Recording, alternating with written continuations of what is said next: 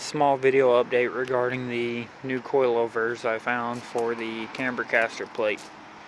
As you can see, my camber caster is both maxed out.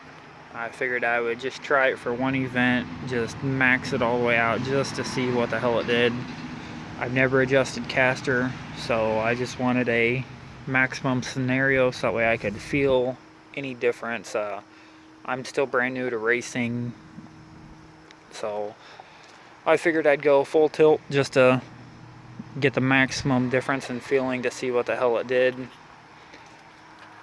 So far I like it. I'm going to leave it for now. We've got Festiva coming up in 1 week, so we're going to leave it. However, we will readjust toe and camber and get it proper. My toe in the rear is set pretty good now, so don't have to worry about that. I just have to refix the front end. May adjust ride height just a hair. My passenger side is slightly high, I think. Gonna reset that. When I set the toe in camber, it was with no weight in the passenger seat, or driver's seat, sorry. So I'm gonna try to add weight, add my body weight to the car. I may even go ahead and reinstall my passenger seat. I've been running without a seat, without a passenger seat, just to see if that extra 150, 200 pounds really made a difference. So far, I don't really think so. My car is so lightweight that I don't really see much of a difference. But back to the coilovers.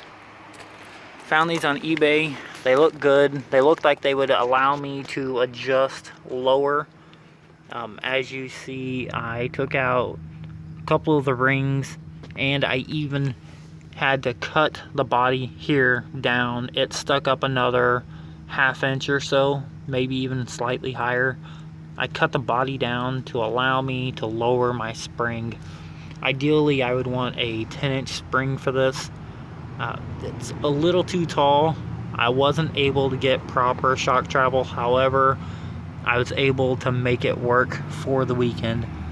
I've got plenty of clearance between the strut body and the rim. As you can see, I have rubbed before on the old setup when trying to add camber. I am running some wheel spacers right now, so keep that in mind. However, I have the shock twisted up in the body by that amount, so you can pause the video and measure it. I don't know how high up in there it is. I just kept on playing with it until I had proper sag. I shot for 2 inches of sag, which seems to be pretty good. I ended up with like 2 1/4 and called it good. I've got about 3 inches of travel from the strut. I've got about 2 inches of travel between the bump stop and the body of the strut. I think that should be cut down a little bit, maybe 1.5 inches, maybe even 1 inch would be optimal. I did have to modify one of the components the coilovers came with.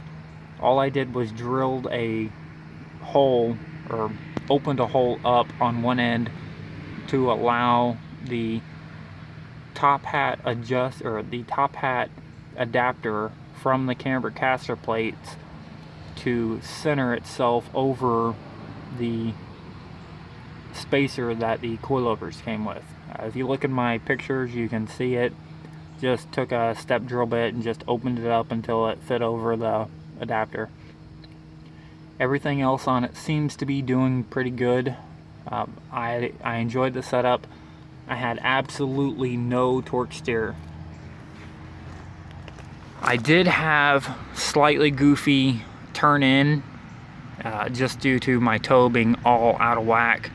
It did wear my tires pretty bad. However, these tires are about at the end of their life anyway. They're starting to get pretty hard, so we will pick up new tires for next season. However, the season's almost over, so it's not a big deal. If you got any questions, let me know.